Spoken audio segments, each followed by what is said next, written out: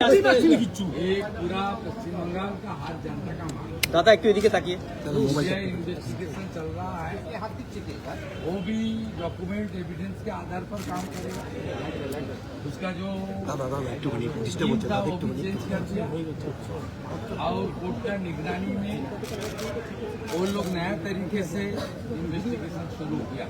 और जो नया सरकार आने का बाद दिन जो पुलिस अधिकारी लोग का इरेस्पॉन्सिबल कार्रवाई उन्होंने किया।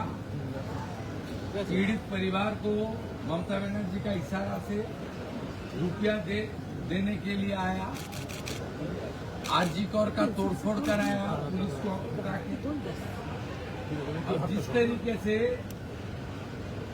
ये इंसिडेंट को एज पर द लॉ उसको इन्वेस्टिगेट ना करके छुपाने का कोशिश किया था। इसके ऊपर सरकार एडमिनिस्ट्रेटिव बोर्ड से आईपीएस लोग को सस्पेंड करना, जो डॉक्टर लोग हैं उनका लाइसेंस कैंसिलेशन करना, करप्शन के खिलाफ चार्जशीट के लिए एनओसी देना, सब काम हमारी जो सीबीआई इन्वेस्टिगेशन के बाहर स्टेट गवर्नमेंट की ओर से जो काम है वो सरकार भी किया, हेल्थ डिपार्टमेंट भी कर रहा। बाकी आने वाला दिन में हेल्थ मिनिस्टर है जो रैकेट हमारी डॉक्टर बोन की इतना पेनफुल इंसिडेंट के लिए जिम्मेदार है, उसका खिलाफ भी हेल्थ डिपार्टमेंट कार्रवाई करेगा। आज मैं उनको स्मरण किया। यहाँ अभया का राष्ट्र का उद्घाटन कुछ दिन पहले हुआ। उनका स्मृति को अक्षय अमर रखने के लिए रत्ना जी का लीडरशिप में हम सब लोग एक साथ काम करेगी।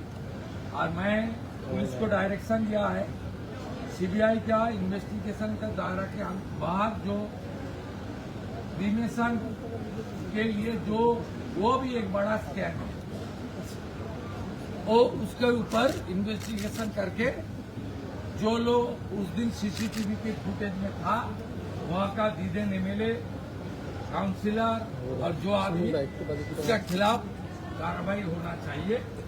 सीबीआई का पास जो 3-4 इशू में इन्वेस्टिगेशन कोड दिया है, शायद ये बाहर इसको पुलिस कर सकता है। इसका डायरेक्शन भी मैं दिया। বাংলা একটু বাংলায় বলুন। বাংলায়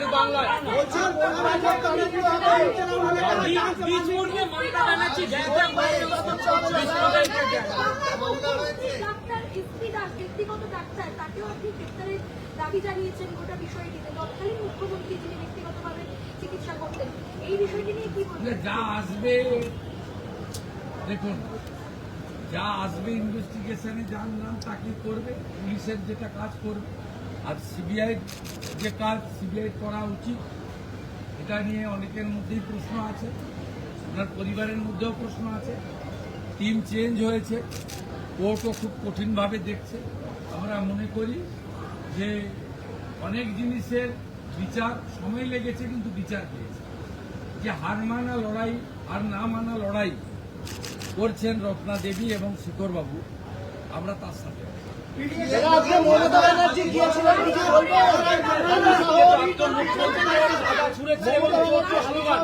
প্রথম কথা বলি শুনুন, উনি জেড প্লাস ক্যাটাগরি আমরা উইথড্র করি। ডাইরেক্টর অফ সিকিউরিটির সিনিয়র অফিসার এখানে আছেন, আমার সিকিউরিটির জন্যই আছেন। দেখুন, আমি ওনাকে নেমেই জিজ্ঞেস করেছিলাম জি ইজ দেয়ার এনি কমিউনিকেশন। তারা বলেছেন কমিউনিকেশন আমাদের কাছে ছিল না। তবুও আমি টিভি ছবিতে যেটুকু দেখেছি, সিনিয়র পুলিশ ডিসির নেতৃত্বে পুলিশরা তাকে প্রপারলি সাপোর্ট দিয়েছে এবং আমি বিজেপির কোনো পরিচিত মুখকেও দেখিনি, ঝান্ডাকেও দেখিনি। এখন উনি বাড়ির লোক বলছে আমরা ডাকিনি, আমরা উনি যুক্ত হন চাই না। আর উনি বলছেন যে আমি মানে ওই কার্বাইড দিয়ে কাঁঠাল আম পাকানো হয় না, জামাই ষষ্ঠীর আগে বেশি হয়, তা উনি জোর করে ঢুকে চাইছেন যে লকআপে মেরে দিয়েছে, বিজেপি মেরে দিয়েছে, তৃণমূলের সম্পদ। আর বাড়ির লোক বলছে যে আমার তো প্রশাসন পুলিশের উপরে স্যাটিসফাইড, আমরা রহস্য উন্মোচন হোক চাই। লকআপে ছিল সেই অবস্থায়, পিটিয়ে মেরেছেন, অসুস্থ এর বিচার চাই। এবং লোকাল সরকার এবং পুলিশই আমাকে বিচার দিতে পারবে, মমতা ব্যানার্জি বিচার দিতে পারবে না, তার বাড়ির লোক বলছে।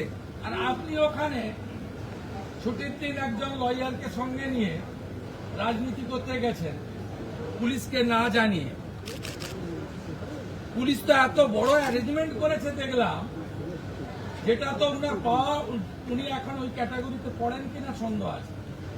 না, আমাদের নির্দেশ আছে, প্রাক্তন মুখ্যমন্ত্রী 15 বছর ছিলেন, বয়সও হয়েছে, উনাকে যতটা সম্ভব পূর্ণ নিরাপত্তা এবং উনার সম্মান রাখা উচিত। সে কাজ পুলিশ করেছে, পুলিশ কিন্তু খারাপ কিছু করেনি। তো উনাকে বলবো, আপনাকে ওই বাড়ির লোক দরজা বন্ধ করে দিচ্ছে, আপনি বলছেন যে না আমি দরজা ভেঙে ঢুকবো, এই কাজগুলো করবেন। আপনার কাছ থেকে যদি কেউ সাহায্য চায়, আপনার যদি কেউ হস্তক্ষেপ চায়, আপনি নিশ্চয়ই করুন। কিন্তু আপনি অহেতুক, এখন উন্নয়নের সময়, এই সময় আপনি দয়া করে কোনো জায়গায় গিয়ে এমন কিছু করবেন না যাতে স্বাভাবিক জনজীবন বিপর্যস্ত হয়। আর এত চুরি করেছেন, চোর তো শুনতেই হবে।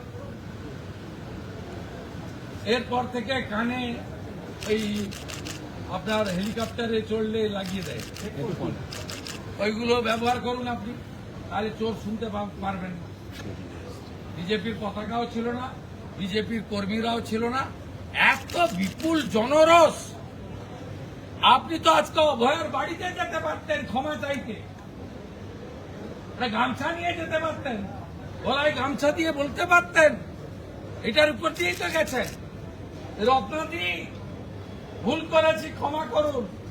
আমার বিশ্বাস তিনি ক্ষমা করে দিতেন, হয়তো বা করতেন কিনা আমি জানি না। তা না করে আপনি ওখানে গেছেন। যেদিন আপনি অভয়াকে